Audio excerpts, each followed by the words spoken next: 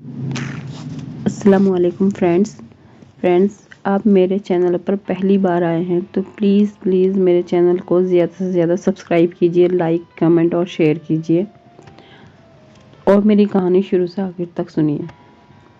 एक ऐसा गांव जहां जब किसी की भी शादी होती है तो वहां के लोग खुश होने की बजाय डरने लगते हैं।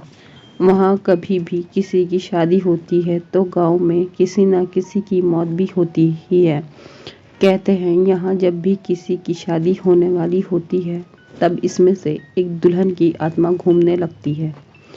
अभिषेक आज सुबह ही अपने दोस्त अर्जुन के गांव आया है क्योंकि 5 दिन बाद अर्जुन की शादी होने वाली थी। सुबह से अभिषेक अर्जुन के घर में बैठे बैठे ऊब सा गया था। इसलिए अभिषेक अर्जुन से बोलता है, भाई कब से यहाँ बैठे हैं, कम से कम तू मुझे अपना गांव ही घुमा दे। अभिषेक की बात सुनकर अर्जुन समझ गया था कि ये यहाँ बैठे बैठे ऊब गया है। इसलिए अर्जुन उससे बोलता है, चल ठीक है भाई, चल। इतना बोलकर दोनों घर से बाहर जाने लगते हैं। तभी दोनों को बाहर जाता देख अर्जुन की मम्मी बोलती है, कहाँ जा रहे हो बेटा तुम दोनों इस समय।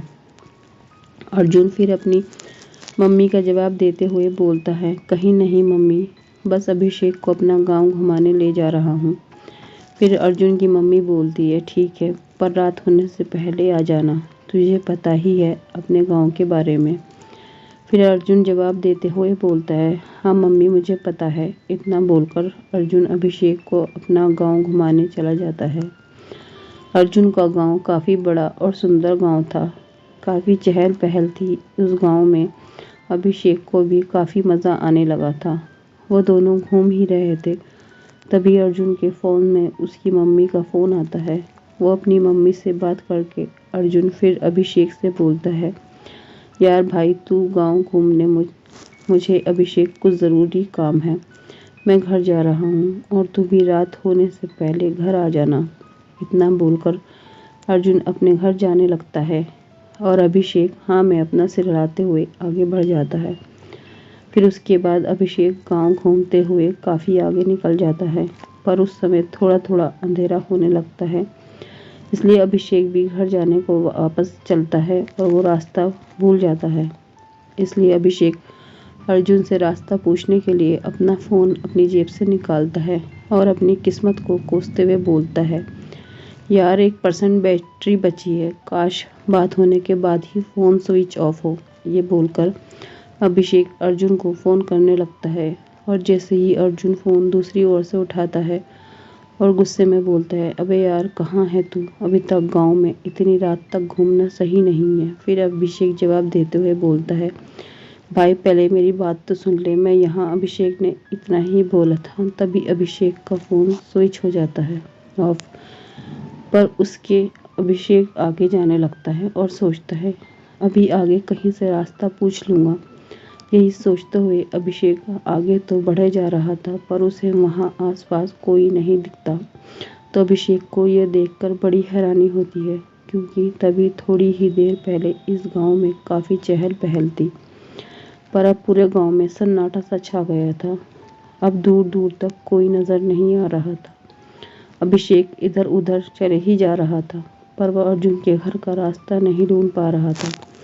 रास्ता ढूंढते हुए अभिषेक को अब लगभग 2-3 घंटे हो गए थे और अभिषेक काफ़ी थक सा गया था। तभी उसकी नज़र सामने एक लड़की पर पड़ती है। लड़की जिसे दुल्हन के जैसे कपड़े पहने थे, वो उसे देखकर मुस्कुरा रही थी। फिर उसके बाद वो लड़की अभिषेक के पास आकर बोलती है, आ गए आप, अब मेरे साथ चलिए। इतना बोलकर वो लड़की अभिषेक को अपने साथ ले जाने लगती है। अभिषेक कुछ समझ नहीं पा रहा था, वो एक बुत सा बना उसके साथ चले जा रहा था। फिर उसके बाद वो लड़की अभिषेक को एक सेहरा पहनने को देती है, उसको एक गड्ढे के पास लेकर जाती है जिसमें उसने देखा कि कई सारे कटे हुए सर पड़े थे और उन सब में दूल्हे का सेहरा पहने हुआ था। अभिषेक ये देखते ही वहाँ से भागने लगता है। अभिषेक लगातार भागा ही जा रहा था, तभी वो भागते भागते एक ऐसी जगह पर रुक जाता है। वो इसलिए रुका था क्योंकि उसने देखा सामने बिना सर वाले लोग खड़े थे और उन सब ने दूल्हे के कपड़े पहने थे। शायद वही लोग थे जिनके सर उस गड्ढे में पड़े थे। फिर उसके बाद अभिषेक उनसे बचने के लिए अपने पीछे की ओर भागने को जैसे ही मुड़ता है, उसकी सांसें जैसे रुकने सी लगती है, क्योंकि उसने देखा उसके सामने वही लड़की खड़ी थी और उसके पास दूल्हे के कपड़े थे। वो धीरे धीरे उसके ही पास आती जा रही थी।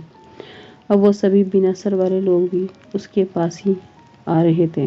तभी अभिषेक जहाँ खड़ा था वहाँ अचानक तेजी से रोशनी हो गई। तभी अभिषेक ने देखा कि वो जिस खंभे के नीचे खड़ा था और उस खंभे की इस लाइट चलने के कारण ही वहाँ तेजी से रोशनी होने लगी थी। तभी अभिषेक ये नोटिस करता है कि जब से वहाँ रोशनी हुई तब से ही वो लड़की और वो सभी बिना सर वाले लोग वहीं रुक गए थे। और अभिषेक भी ये समझ चुका था कि अब उसे बचना है तो उसे वहीं रुकना होगा। इसलिए अभिषेक उसी खंभे के नीचे खड़े होकर पूरी रात निकाल देता है।